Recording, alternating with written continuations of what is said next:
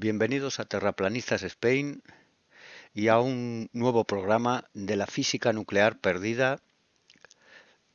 Vamos a empezar hablando de los modelos previos que evolucionaron hasta el modelo nuclear moderno, que lo deberíamos de llamar el no modelo, ya que en él los protones y neutrones se encuentran amalgamados sin ton ni son a partir de una inexistente fuerza nuclear y de unas partículas igual de inexistentes llamadas quarks. En el libro de William R. C. Otto-Hahn se detallan diferentes modelos propuestos entre 1915 y 1919 para el núcleo atómico. Durante este periodo, las más eminentes de la época se aventuraron a lanzar conjeturas. Estamos hablando de Joseph John Thomson, descubridor del electrón y premio Nobel en 1906. Alfred Laue Parson, el primero en especular con el carácter magnético del electrón, que la cuántica después llamó spin. Gilbert Newton Lewis, autor de la pedagógica estructura que lleva su nombre, que permitió comprender el enlace covalente, entre otras aportaciones notables. William Draper Harkins estudió por separado el modelo del átomo, siendo este el encargado de proponer un modelo nuclear, el primero de la historia de la física moderna que se conoce. Harkins fue el primero en predecir la existencia teórica del neutrón en 1920. Descubierto finalmente en 1932 por James Chadwick, quien fue condecorado con el premio Nobel por ello en 1935. Debemos indicar que había muchas diferencias entre el modelo de Harkins y Chadwick, y este último fue el que finalmente se impuso. Toda la historia del desvarío y el despropósito del no modelo nuclear actual empieza aquí, siendo este el error fundamental sobre el que luego se superpondrán todos los demás. En 1921, Harkins publica su modelo nuclear, donde sugiere que el núcleo estaría formado por hidrógeno y por helio, en pro de la idea de alfa y beta, como hemos hablado anteriormente en programas anteriores. Parece lógico pensar que estas dos unidades fundamentales pueden constituir los elementos que constituyen la tabla periódica, lo cual cuadra con las desintegraciones alfa y beta en el sentido de que estas y solo estas son las piezas del puzzle, del núcleo, que, aisladas o combinadas, se desprenden o añaden del mismo, generando, cuando esto se produce, en disarmonía, lo que todos conocemos como radioactividad.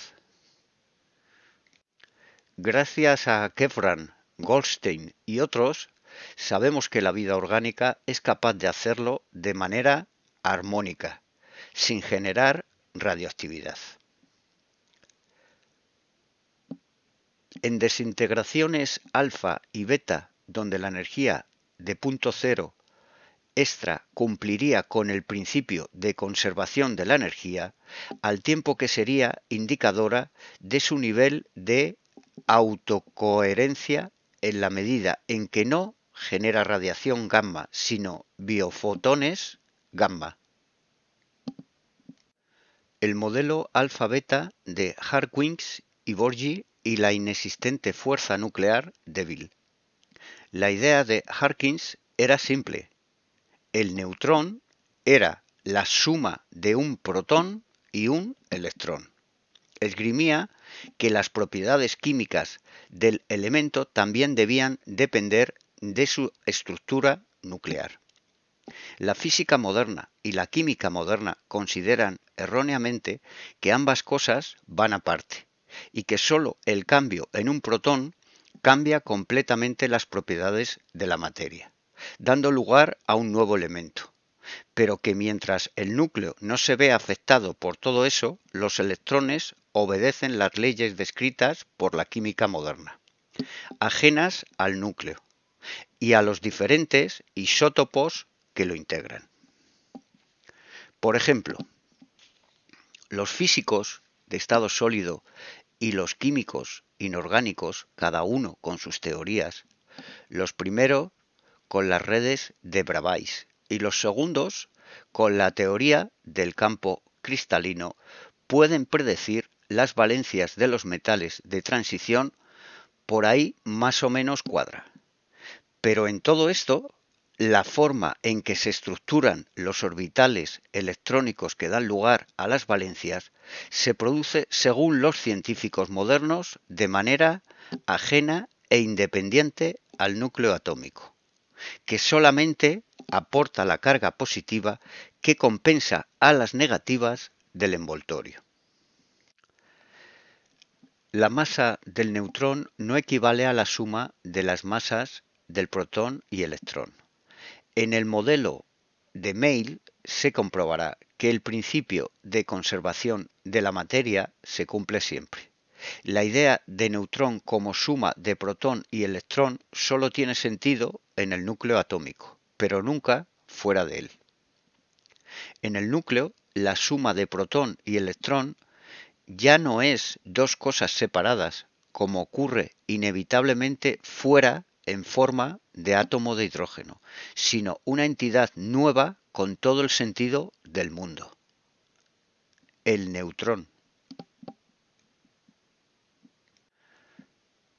Cuando Chadwick descubrió el neutrón, Hawkins esgrimió tímidamente, ya que empezaba a ser marginado por los padres de la cuántica, que éste debía de ser la unión de un protón más electrón en el núcleo, ya que el decaimiento beta nos indica que el núcleo estaba emitiendo electrones o positrones, a lo que el clan cuántico de Fermi, Heisenberg y Chadwick respondieron que éstas se creaban en el momento de producirse la desintegración beta.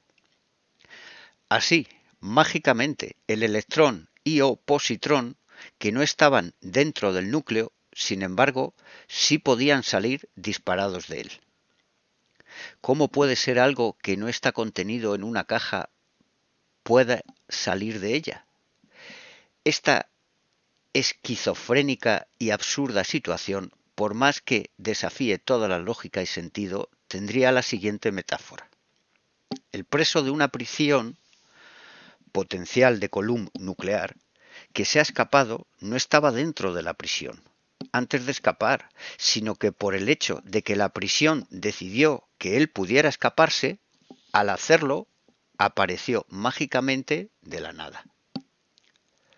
Antes de escapar, el preso era otra cosa, y esa otra cosa tenía que ser controlada por una fuerza que necesariamente debía de existir para poder justificar este total absurdo, y que Fermi se sacó de la manga para que todo más o menos cuadrara. Y hablamos de la fuerza nuclear débil, FND. Por tanto, la fuerza nuclear débil es el resultado de aceptar el modelo de Chadwick, según el cual el núcleo está constituido de protones y neutrones, que no tienen nada que ver con los electrones.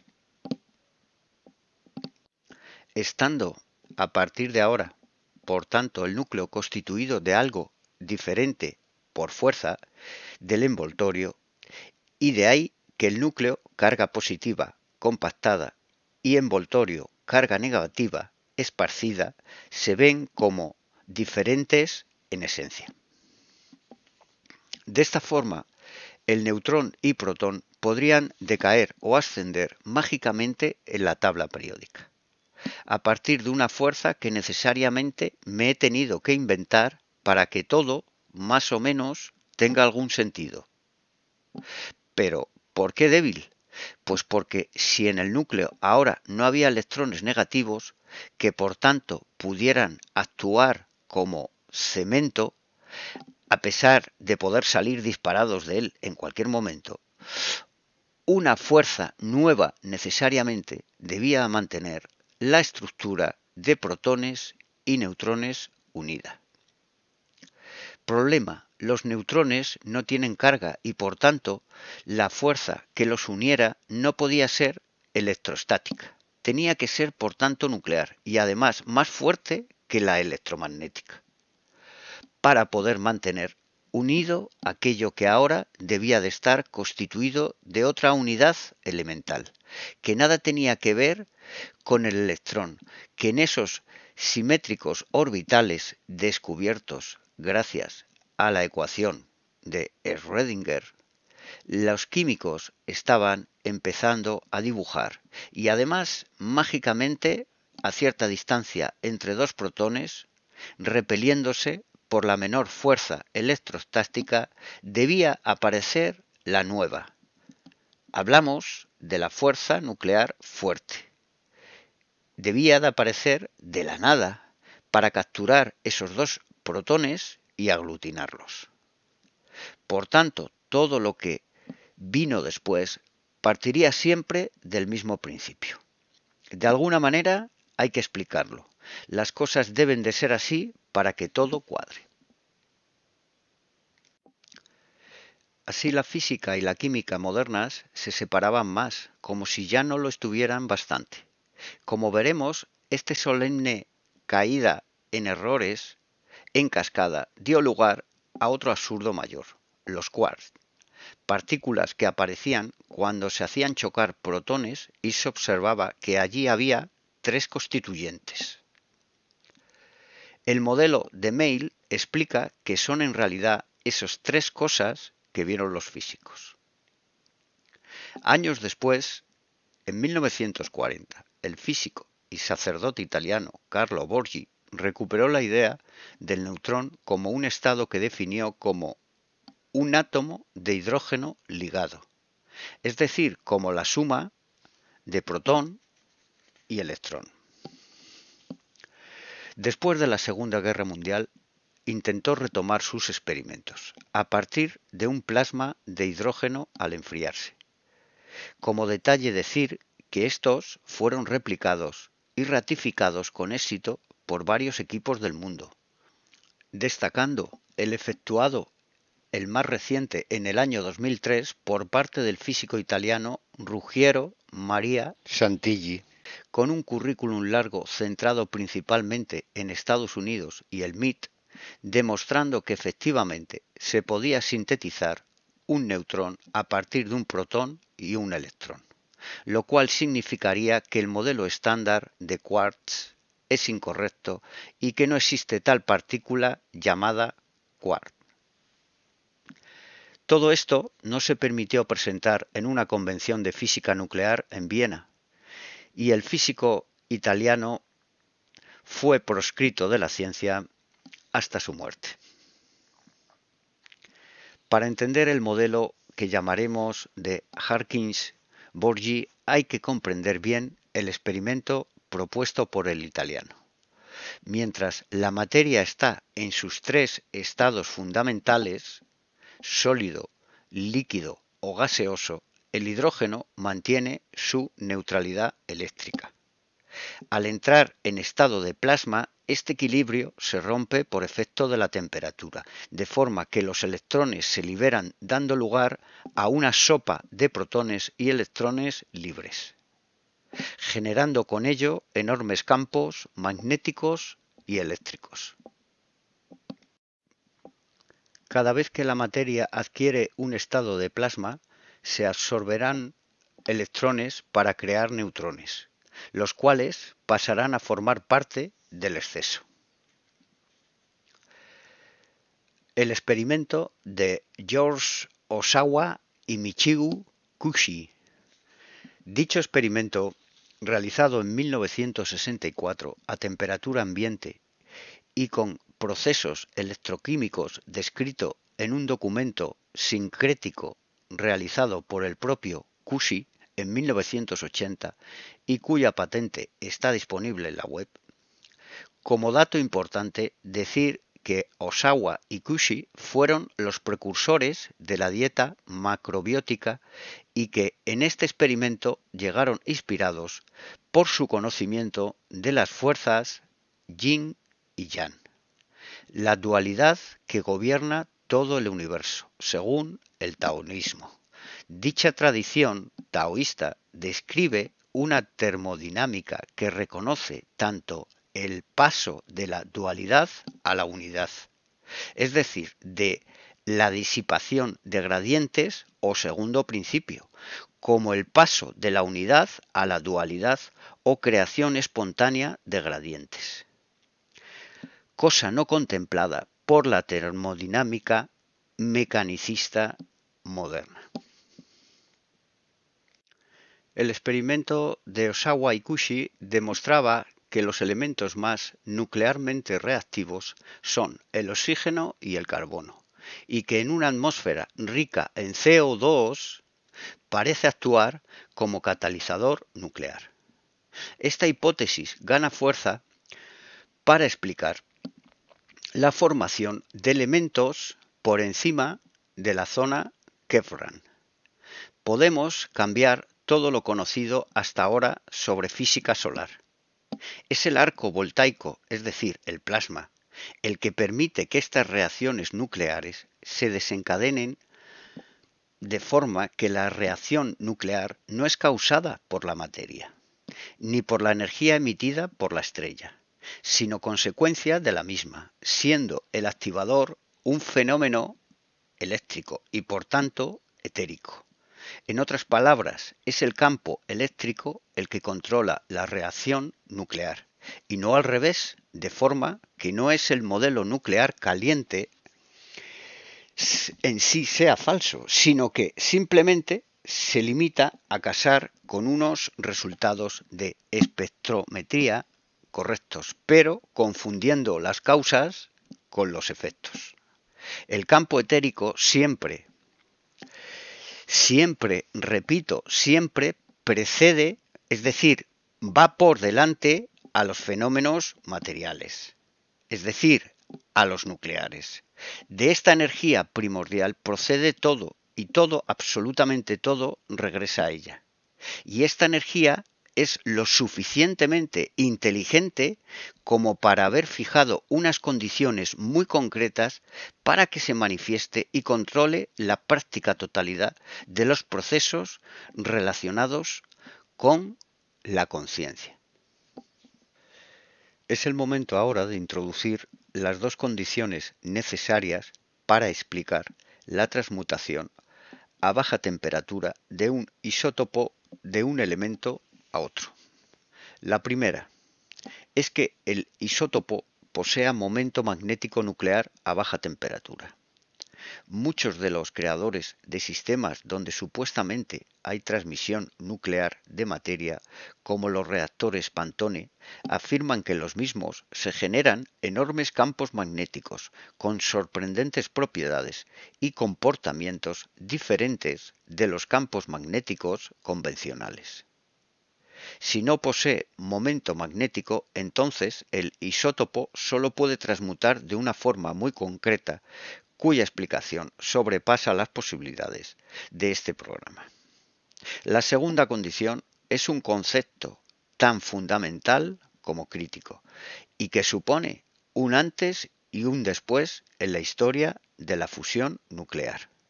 Y hablamos de la temperatura fonónica. Recordemos las investigaciones del desaparecido Joe Champion, que especuló con la idea de que la temperatura, de alguna forma, hacía vibrar a cada núcleo atómico, es decir, a cada isótopo, dándole una frecuencia concreta al mismo. Si la temperatura alcanzaba un valor concreto que hacía que el núcleo atómico del isótopo del elemento original vibrara a una frecuencia equivalente al espacio que ocupa el núcleo atómico del isótopo del elemento final cuando éste está completamente parado o sin giro, la transmutación se producía. El espacio ocupado por un isótopo es obviamente mayor cuando la temperatura aumenta y viceversa. Conforme Champion fue estudiando el efecto, no dudó en describir este fenómeno como un evento interdimensionalmente resonante y no como una reacción nuclear a baja temperatura. Este efecto se puede inducir de dos formas. Si expandimos el isótopo calentándolo hasta obtener la temperatura fonónica o contraemos el isótopo en cuestión para enfriarlo. La resonancia fonónica se definiría de la siguiente fórmula. De esta forma, la resonancia fonónica entre los isótopos de dos elementos que se desean transmutar vendría definida por esta fórmula. Hay un dato muy importante a tener en cuenta, que cuando hablamos de temperatura, es decir, la temperatura que nos marca un termómetro, en realidad de lo que estamos hablando es de una temperatura media. Los átomos poseen una energía cinética la cual es equivalente a tener una temperatura dada de acuerdo a la estadística de Maxwell. Dicha estadística nos dice que si de media todos los átomos fueran a dicha velocidad cinética chocando entre ellos, esa sería la temperatura que observamos. Pero obviamente algunos van más rápido y otros más lento, y por eso se representa la distribución de velocidades, siendo la media la temperatura que estamos midiendo. Al ser la temperatura de resonancia tan críticamente precisa debido a su dependencia con la raíz cúbica de la densidad, es de esperar, por tanto, que el proceso sea lento o que, en otras palabras, se observe una paulatina conversión de un elemento a otro solo a medida que parte de los isótopos individualmente vayan adquiriendo exactamente la misma frecuencia de resonancia fónica. Cuanto mayor es la frecuencia, más difícil es su detención, y cuando llegamos a frecuencias gamma, la cosa se complica mucho.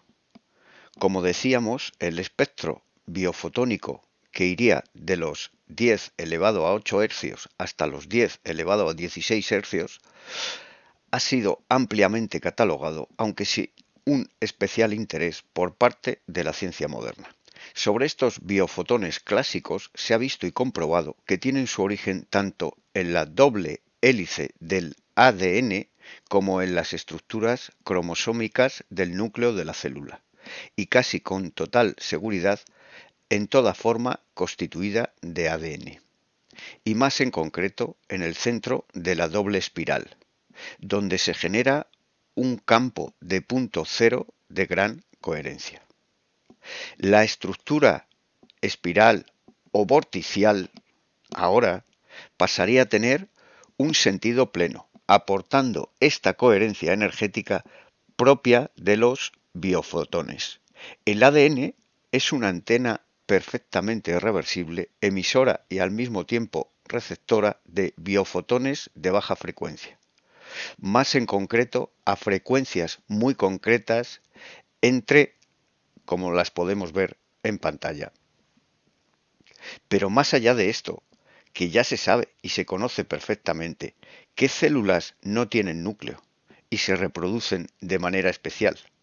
La respuesta es los eritrocitos, hematíes o glóbulos rojos, constituyentes esenciales de la sangre, que se reproducen en la médula ósea y el hígado, y que en animales de sangre fría, como los reptiles o los anfibios, a diferencia de lo que ocurre con los mamíferos, la forma en que esto ocurre en las aves se está estudiando, sí conservan el núcleo, siendo en ellos su temperatura corporal inferior a los 37,8 grados centígrados. Por consiguiente, una de las cosas que ampliamente se sospecha es que solamente emite biofotones gamma nuestra sangre. Esto encajaría con el hecho de que en la sangre se han detectado una notoria cantidad de manganeso y cobre, que muy probablemente la sangre está transmutando en cascada hacia el hierro en el caso del cobre, y a partir del hierro en el caso del manganeso, siendo el hierro, obviamente, el elemento esencial y constituyente no sólo de la hemoglobina, sino también de las ferritinas y por consiguiente el de mayor presencia en la sangre.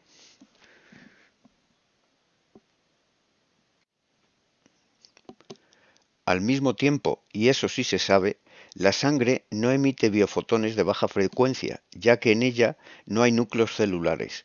Por tanto, parece que el ADN, además de sus múltiples funciones, es principalmente ahora un emisor receptor de biofotones de baja frecuencia, implicados en la comunicación celular y otros procesos de las células tisulares, es decir, de las fibras dérmicas que constituyen el cuerpo. En palabras simples, las células de la sangre van aparte del resto de células del cuerpo y emitirían los biofotones de más alta frecuencia gamma, responsables de mantener la temperatura de todo el cuerpo a los críticos 37,8 grados centígrados. Es una especulación razonable, teniendo en cuenta que la temperatura en las arterias salientes del corazón está a 38 grados centígrados y decae hasta los 37 grados centígrados en las extremidades, y de allí la sensación de extremidades y pies fríos. Este hecho demostraría la enorme precisión y la crítica resonancia que se produce por efecto de la temperatura fonónica. Ahora se entiende que hablar de frecuencia y temperatura es hablar de lo mismo. La energía de punto cero también se presenta como críticamente resonante. Los estados excitados de la sangre son extremadamente sensibles a las fluctuaciones más pequeñas de los campos fotónicos externos, pero resisten las variaciones de temperatura. De esta forma mantienen el cuerpo a una temperatura concreta gracias a la transmutación. Estos datos sugieren que la sangre es un sistema no equilibrado y no lineal, donde se producen una enorme cantidad de procesos entrelazados. Este no equilibrio es la ventana que permite la interacción con el campo etérico. Los biólogos coinciden plenamente en la enorme cantidad de relaciones cruzadas que existen entre los elementos traza y la enorme complejidad de las mismas. Hoy sabemos que para la correcta asimilación de un determinado elemento u oligoelemento químico en el cuerpo pueden estar perfectamente relacionados e implicados otros 3 elementos o más. Al menos en parte, la capacidad de asimilar correctamente un elemento es proporcionada por la capacidad de la sangre para almacenar la energía de excitación electrónica que se produce en el cuerpo de su propio metabolismo normal. Y no solo eso, sino de mantenerla sin que decaiga. Este hecho tiene que deberse al acoplamiento con el campo de punto cero producido por las múltiples transmutaciones en las que ahora entra en juego el hierro como su principal actor. El sistema de control de la diferencia de presión de los niveles de oxígeno disueltos en sangre y mantenidos entre las membranas de los glóbulos rojos y el plasma sanguíneo circundante se logra mediante interacciones de transporte dependientes críticamente de la temperatura con los cationes de sodio y potasio. La hipótesis de Kevran de que la fusión nuclear potenciaba eléctricamente el sodio y el oxígeno para formar el potasio estable de forma completamente reversible y viceversa en función de una temperatura fónica de 37,8 grados centígrados, entendida ahora como el punto de equilibrio térmico de una reacción nuclear, se cumple bajo condiciones que se mantienen en la sangre sana, rica y correctamente oxigenada, conjuntamente con las reacciones nucleares de la fusión o fisión inducidas por la resonancia fonónica entre el oxígeno y el hidrógeno. Todas estas transmutaciones abren completamente una nueva forma de entender el transporte del oxígeno, En resumen, existe una continua reactividad de los electrones de la sangre que los biólogos conocen perfectamente y que pretenden explicar exclusivamente en términos enzimáticos y bioquímicos, cuando todo parece indicar que se debe principalmente a la energía emitida por las transmutaciones, ya que se trata de una energía demasiado regular y coherente. Las reacciones químicas basadas en la rotura y recombinación de enlaces químicos, siempre entrópicas, no tienen esa propiedad de coherencia que tiene la energía etérica generada por la transmutación. Por consiguiente, la energía bioquímica no es suficiente para explicar por qué nuestra fisiología mamífera se produce en unas condiciones de temperatura tan críticas. Y la cuestión es que la naturaleza ha aprendido, mediante la emisión de energía en formas de ondas extremadamente coherentes, a emitir la energía nuclear de biofotones gamma producidos por las transmutaciones de forma no dañina. De ahí el carácter reversible, y si se permite la expresión inteligente, de las transmutaciones observadas por Kevran y Komaki. Lo cierto es que el oxígeno, y no solamente el agua, presenta también propiedades anómalas por sí solo. El oxígeno singlete, por ejemplo, es un estado excitado donde los electrones se enlazan en el orbital d en lugar del p, de mayor energía, por tanto, que donde deberían hacerlo, y no decaen hasta los 72 minutos, cuando la cuántica clásica predeciría un decaimiento instantáneo. La única respuesta posible es que solo la energía de punto cero puede y debe mantener este estado de excitación durante tan larga fracción de tiempo. Se sabe que el aire de los bosques más profundos es más rico en este oxígeno, y de ahí una de las múltiples propiedades terapéuticas que el contacto con la naturaleza produce en nuestro cuerpo. Que lo natural sana se ha dicho desde siempre hasta la llegada de la ciencia moderna. El científico alemán A. Pachmann desarrolló un sistema en los años 80 que insertaba oxígeno singlete en la molécula del agua, llamado oxígeno peroral, el cual fue desarrollado en principio para el tratamiento del cáncer y que obtuvo resultados más que significativos. Pachmann demostró, por ejemplo, que este oxígeno no oxida nuestro cuerpo robándole electrones y produciendo por ello envejecimiento celular, cosa que sí hace el oxígeno convencional triplete, cuyo enlace se establece en los niveles P no excitados. La temperatura máxima por debajo de la cual el oxígeno singlete se puede insertar en el agua es de 37,8 grados centígrados, razón para que los fabricantes aconsejan mantener el agua enriquecida con oxígeno lo más fría posible. Sus beneficios para la salud son múltiples y todos los deportistas de élite toman agua enriquecida con oxígeno, que no se comercializa de manera masiva. Es uno de los secretos a voces del altísimo rendimiento físico que tienen los deportistas modernos. En todo caso, esto demuestra que la carencia de oligoelementos en nuestro cuerpo se debe entender ahora como carencia de isótopos de ciertos elementos. Y este dato supone un antes y un después en la historia de la medicina moderna. Muchas gracias por este tiempo dedicado en pasaros por aquí y estar escuchándome. Nos vemos en el siguiente capítulo, que continuaremos con este mismo tema por aquí. Gracias.